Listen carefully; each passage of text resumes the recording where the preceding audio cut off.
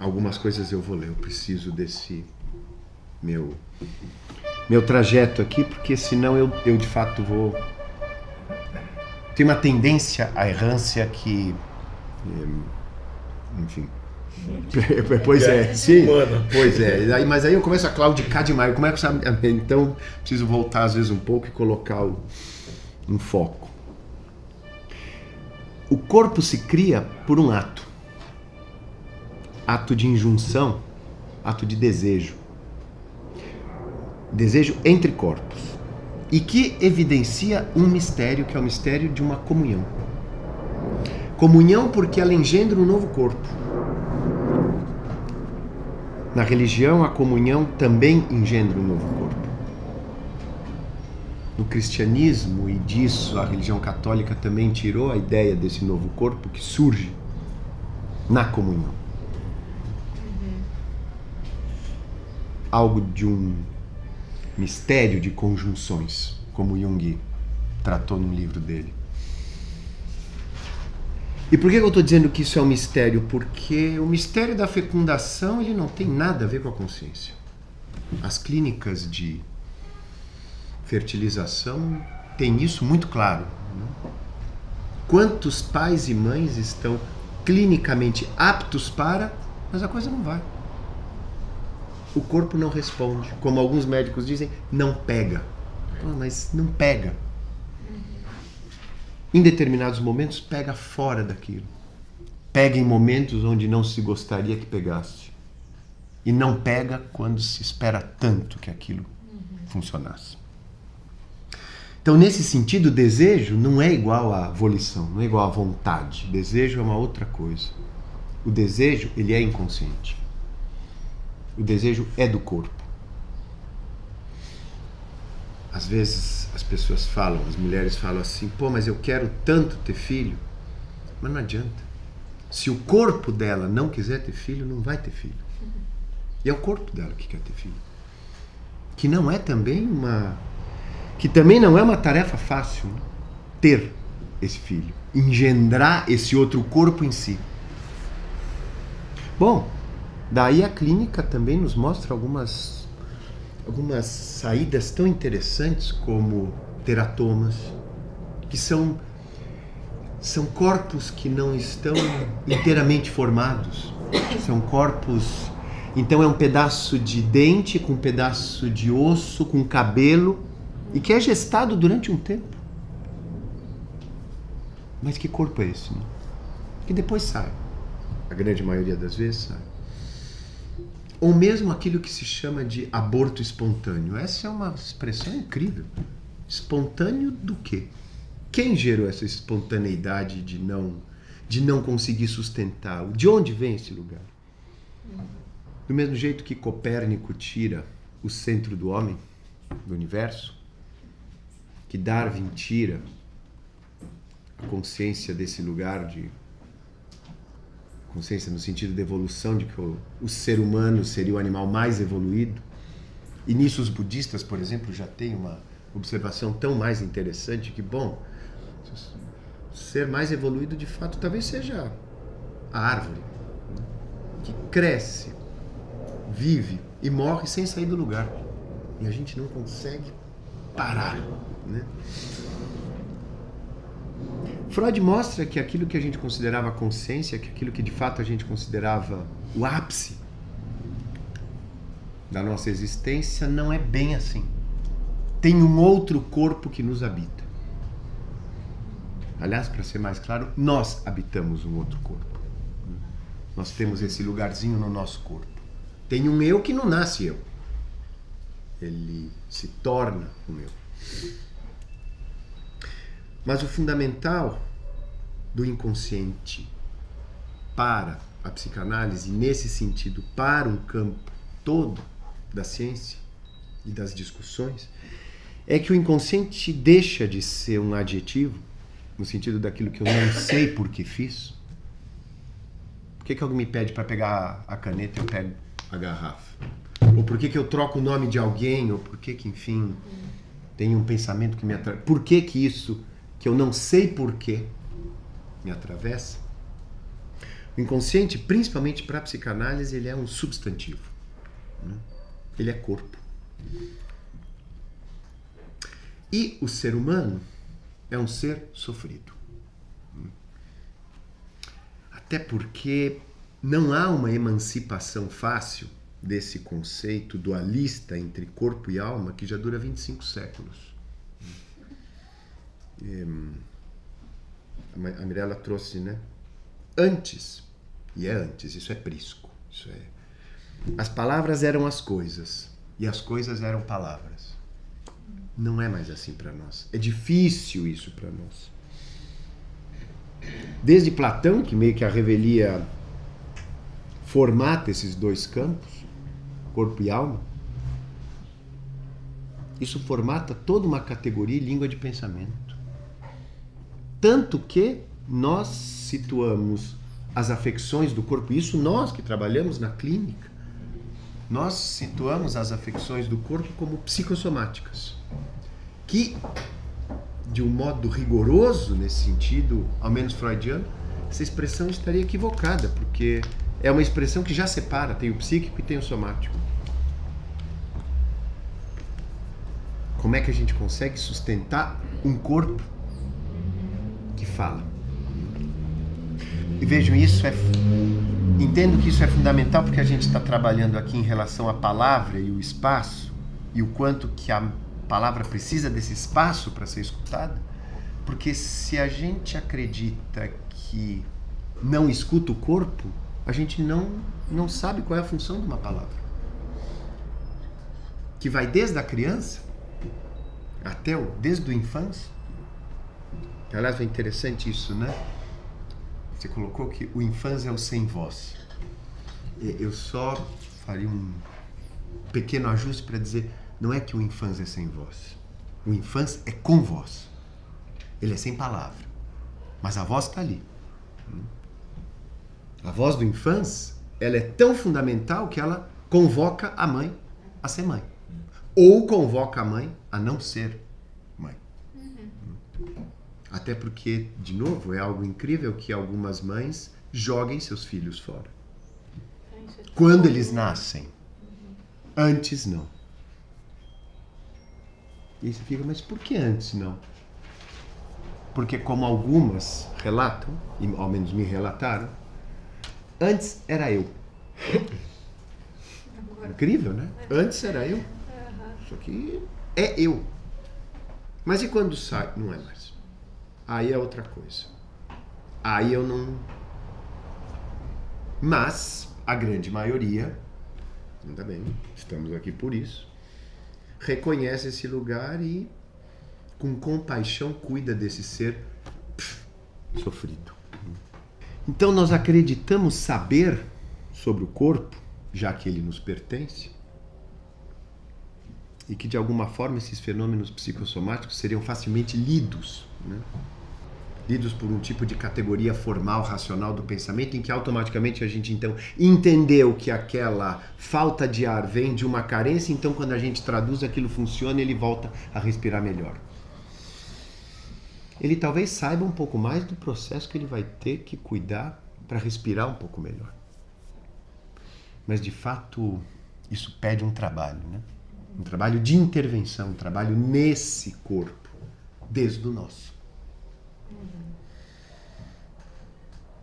Esse corpo estranho, que no momento eu escrevi interno, mas isso é um problema freudiano, né? A categoria endopsíquica é um problema porque o inconsciente ficou e ele está dentro. E o pior um pouco, ele está aqui.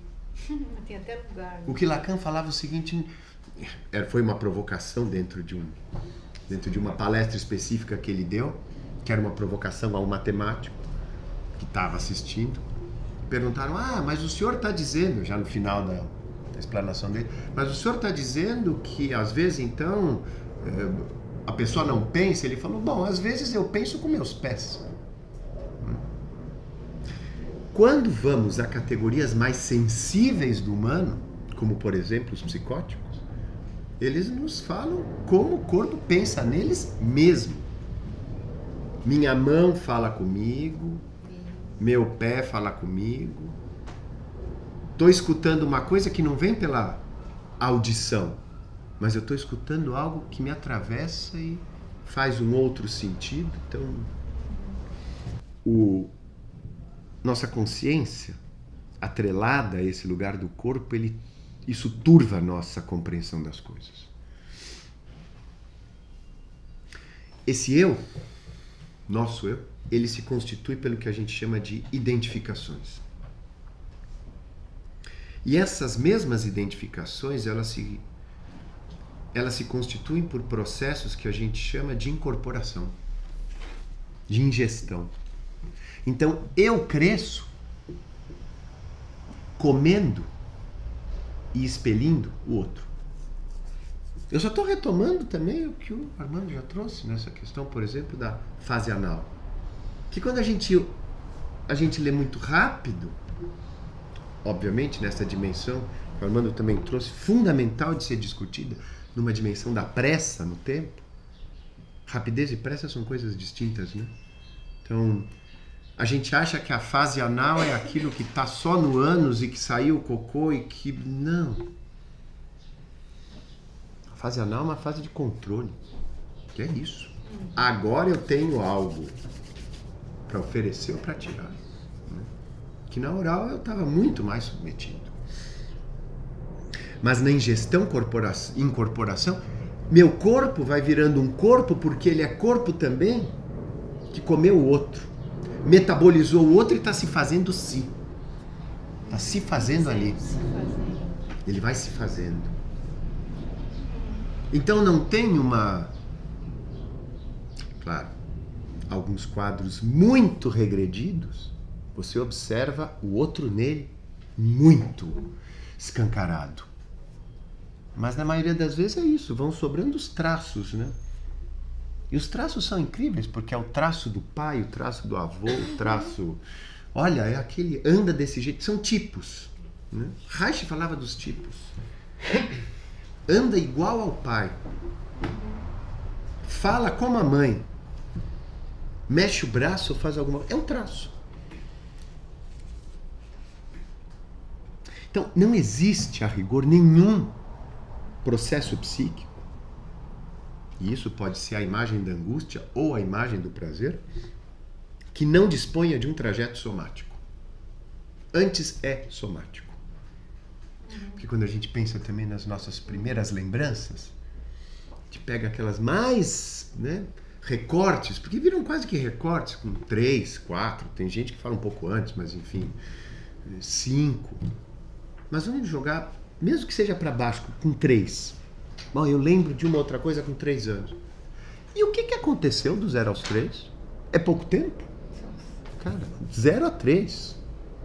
É muito tempo de algo acontecendo, sem um eu ter acesso a uma lembrança, mas com manifestações que vão se dando e construindo as bases desse eu. Tudo isso eu estou dizendo para que a gente possa sempre levar com muito cuidado e respeito. A gente estava conversando agora um pouco lá fora, eu, Armando e a Vi, que esses que a gente considera tão menos, porque tão, às vezes, tão desapropriados, tão desalojados, tão desautorizados, sem autonomia, sem tanta responsabilidade, como é que esse eu conseguiu sobreviver nisso?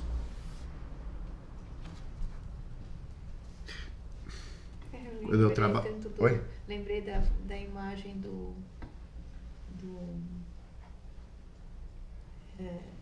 como ele chama o rapaz? Não, o Edgar. Ah, sim. Né? Sim. Me lembrei do Edgar, que é um rapaz, né? Que deve ter os seus 40 anos. Não é um rapaz, já é um homem, tem mais, uns 40 e pouco, né? E que ele vem de uma residência terapêutica que fechou o hospital onde ele morava e ele está numa residência aqui perto. Então a gente está aí fazendo uma parceria com eles, oferecendo um espaço. E ele vem muito feliz e participa de uma roda de música, porque foi escolhido a dedo, porque ele gosta muito e participa muito com a roda de música. E a gente canta a música do passarinho solto na gaiola, né?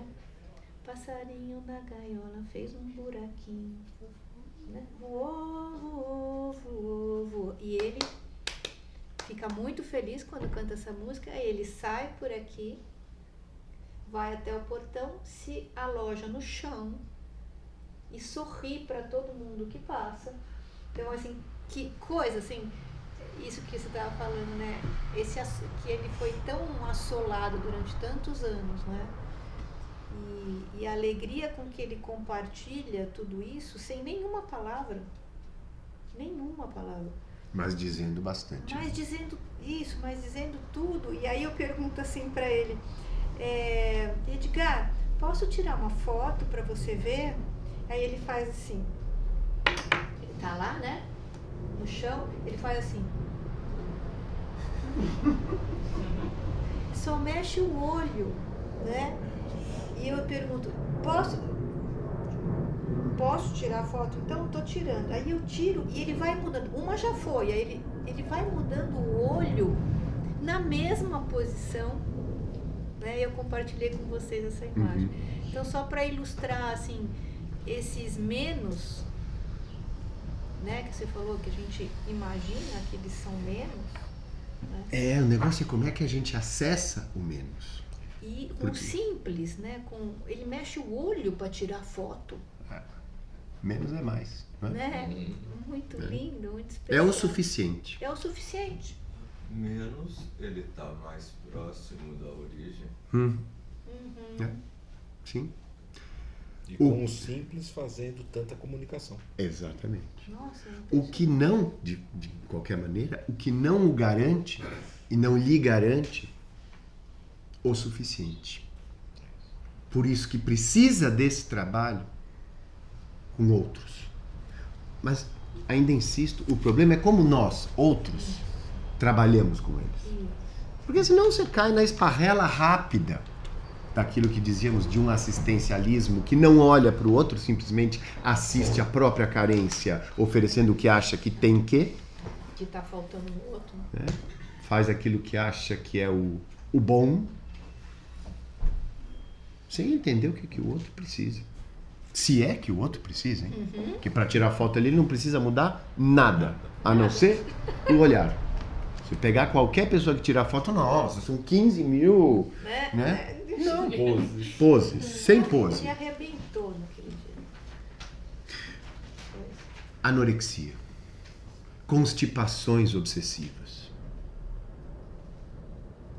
Vejam, 2 campos completamente marcados. Estou dando 2 exemplos bastante cotidianos, né? Corriqueiros, comuns. Completamente marcados por uma vida psíquica que está indissociavelmente ligada a uma desordem orgânica. Como é que você separa? Como é que você separa o corpo disso que regula o corpo desde outro lugar?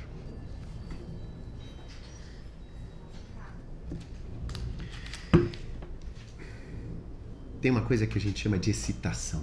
A excitação é um mistério. É o seguinte, o que é que nos excita?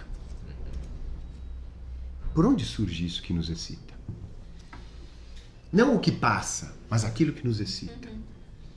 Aquilo que sexualmente nos toma. Para dar o campo de uma excitação que é muito forte, né? Que faz os pelos da nuca, do braço, pênis, outros líquidos. Como é que isso funciona? Como é que aquilo que vem... Me toca de novo.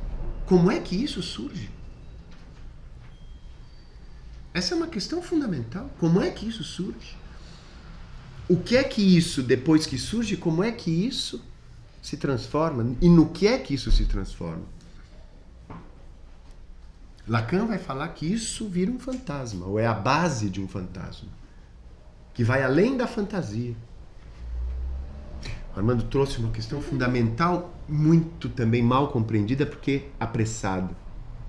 Por que que as questões freudianas são psicossexuais?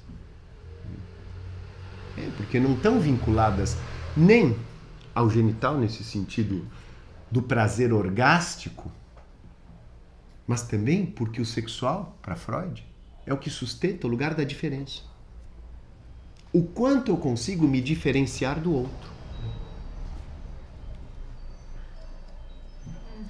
Essa doce excitação que acompanha aquilo que a gente chama de um surgimento de um fantasma, vai esboçando no nosso corpo uma geografia erógena completamente inesperada. E aí a gente fica surpreso quando... Você pode ficar surpreso com um blockbuster, por exemplo, como os 50 tons de tudo, né?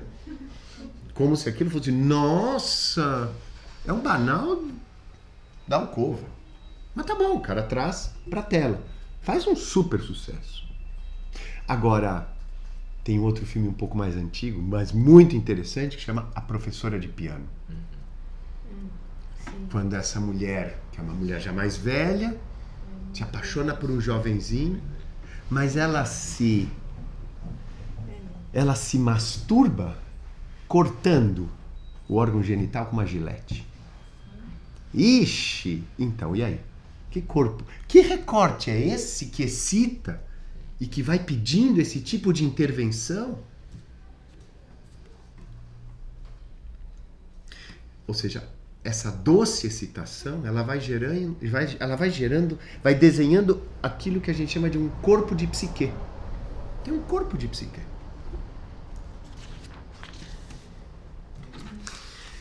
A gente tem, por crença, os psicanalistas, não nós pelo jeito aqui, mas muitos, sem dúvida. Mas enfim, é uma crença que a gente vai sempre tentando ampliar, né? Algumas escolas de psicanálise, de que o procedimento psicanalítico se situa no campo da linguagem. Ou seja, a crença reduzida disso propõe que ele fica circunscrito ao campo do relato. Esse aqui é um espaço, a casa é um espaço que nos evidencia insistentemente que não. O relato é muito precário para dar a dimensão do que a gente precisa escutar. O relato, se for pelo relato só, nossa, todo mundo é retardado, porque não consegue... Aliás, Só que não. Os únicos pouco preparados são, de fato, os que não conseguem escutar um Edgar que ali fora nos diz como o seu lugar está montado. Essa não é, por exemplo, a concepção de Freud, nem a de Ferenczi, por exemplo. Ferenczi tem um texto muito famoso chamado Thalassa. Ferenczi foi um grande colaborador, foi um discípulo. Freud amava Ferenczi. Ferenczi era um húngaro muito aquoso, muito líquido, muito sedutor, com uma história pessoal muito interessante e com contribuições às concepções freudianas sempre muito ricas. E ele tem um texto que chama Thalassa. Nesse texto ele vai dizer que a escuta deve se empenhar em apurar a determinação, a escuta analítica, a determinação e a motivação de todo o processo biológico e psíquico. Então a gente tem que saber, inclusive, falar com o corpo. O nosso e o do outro. O biológico é o âmbito da incidência de um trauma, que é da ordem de um indizível. E é uma metáfora de vida. Bios, nesse sentido. E o trauma resiste a qualquer representação. Ele tem que se manter enquanto trauma. essa é a identidade dele. Né? Essa é a identidade do trauma. Uma resistência.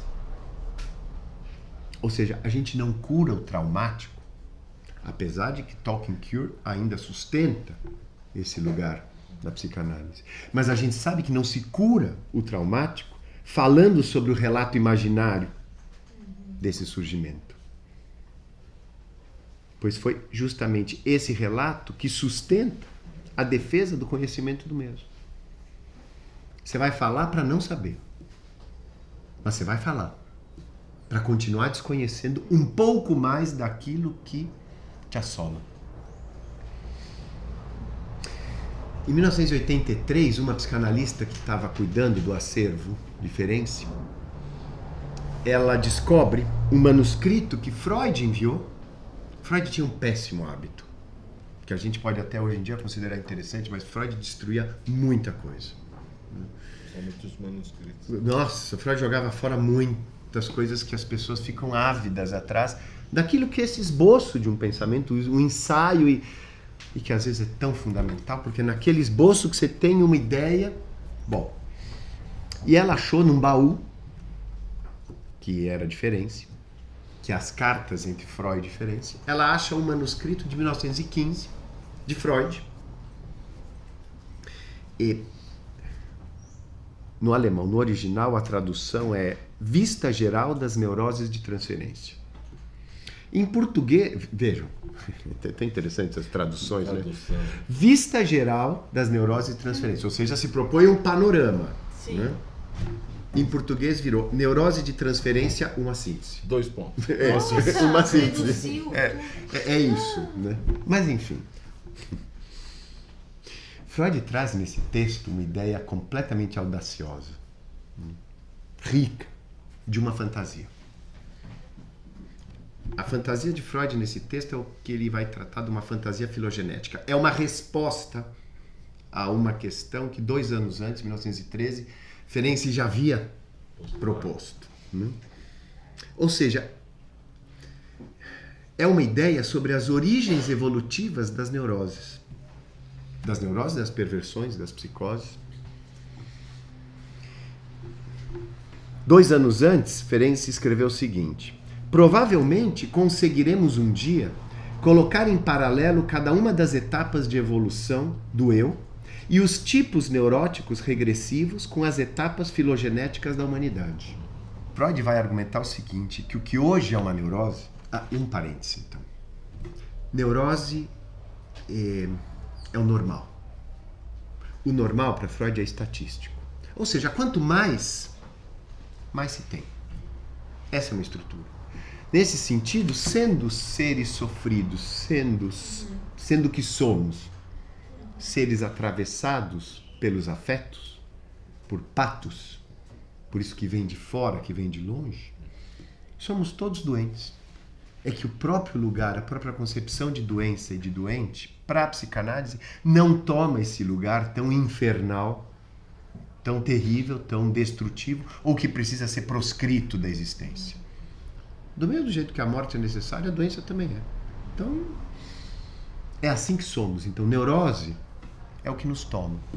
É um tipo de vínculo específico, que guarda essa propriedade, por exemplo, de compartilhamento. Estamos, então, aqui compartilhando uma fala, que, de novo, não quer dizer que vocês me escutem do jeito que eu estou falando. Eu não sei o que eu estou falando para vocês. Quer dizer, eu acho que eu sei, mas eu não sei como vocês estão escutando. Pois é. Né? Nós 4 a gente não se dá bem, às vezes.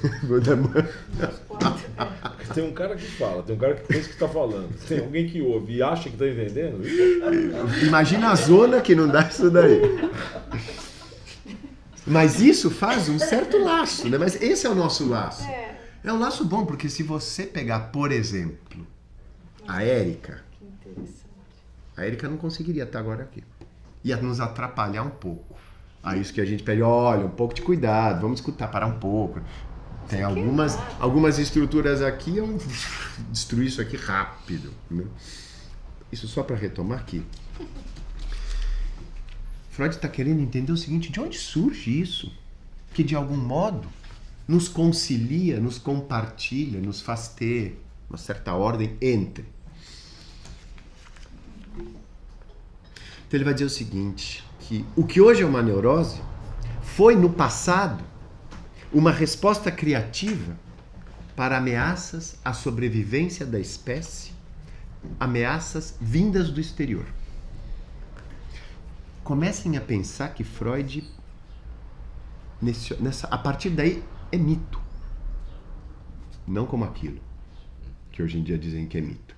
Mas é mito no sentido que esse começa agora uma construção a respeito do mito humano como espécie e uma resposta filogenética à possibilidade dessa sobrevivência. A gente sobreviveu a uma catástrofe. Nossas representações, elas vêm a partir de uma catástrofe. De novo, retomando o que o Armando colocou aqui. Saiu daqui, catástrofe. Literalmente catástrofe. Porque a partir do momento em que você sai, o mito edênico, por exemplo, o mito do Éden, diz a mesma coisa. Saiu do paraíso, se vira. Tem que se virar. Agora, como eu me viro? Sabemos que o ser humano não se adapta a lugar nenhum do planeta. Nenhum. Adapta todo lugar do planeta a ele. É impressionante. Então, espécies que não conseguem fazer isso sucumbem, acabou, extinta. O ser humano tá lá, vai pra floresta, abre clareira, vai pra Antártida, faz iglu, vai pra baixo do mar, vai pra lua, vai... Estamos indo, né? E vamos. E fazendo casinha. Fazendo casinha, sem parar.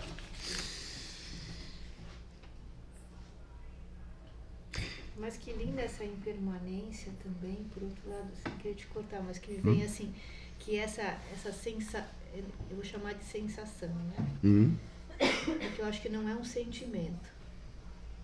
Essa sensação de impermanência que a gente tem e de morte eminente que nos leva a desmontar o mundo como está, né? E como você falou, ao contrário, fazer o mundo para si. Sim, né? a questão é que... da humanidade. Sim, mas a questão que está em jogo, não sei se o Armando concorda, é que parece que vem se encaminhando algo em relação ao tempo dessa mudança, Sim. que de novo sai da angústia para cada vez mais se encaminhar à ansiedade. Perfeito. Sim, e aí a doença, né? Sim, porque a ansiedade, como ela não tem objeto, ela tem que criar alguma coisa rápida para conseguir dar conta daquilo. E diferente da angústia, que de algum modo, ainda com o objeto, tenta dar conta dele. Do objeto. Incluindo ele, né? Porque Sim, ele existe, né? sim. No caso da... Não dá para excluir o do na ansiedade sem objeto. Ele existe, né? É que nesse mito freudiano a respeito da nossa sobrevivência, está implícito o mito de origem da palavra. Já que a capacidade humana de falar só foi desenvolvida em função de uma necessidade de um controle da natalidade. Por que controle da natalidade? Controle da natalidade porque quando esse cataclisma chega, que Freud vai chamar de uma era glacial, porque isso de fato havia acontecido dentro do campo histórico, antropológico, sociológico, enfim, houve uma escassez de recursos e que produziu todo um distúrbio.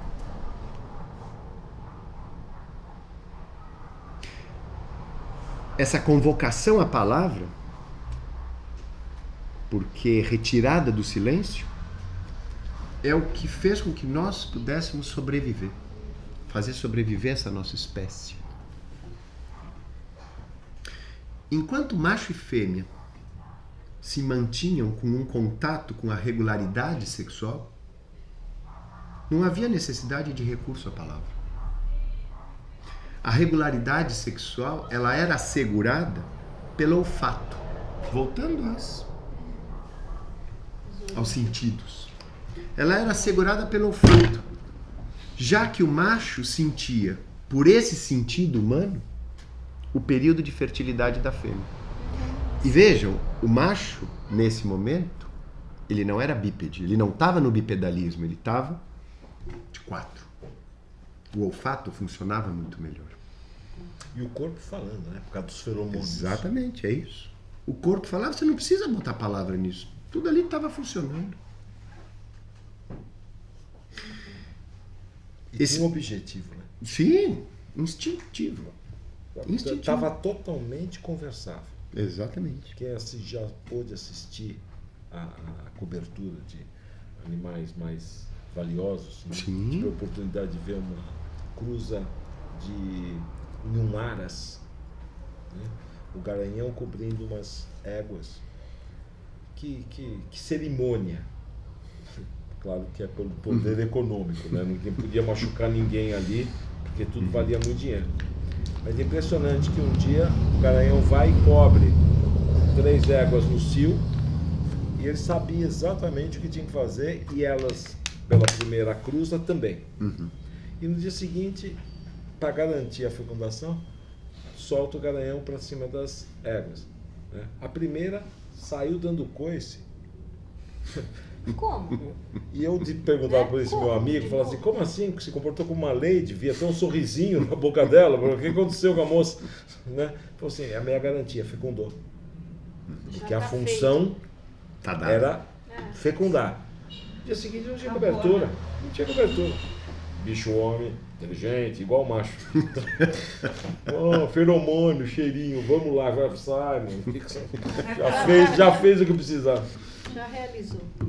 Que isso, esse legal. exemplo que o Armando traz, esse é o período da filogênese que se caracteriza por um verdadeiro equilíbrio ecopsíquico. Ou seja, dispensa palavra. Essa palavra.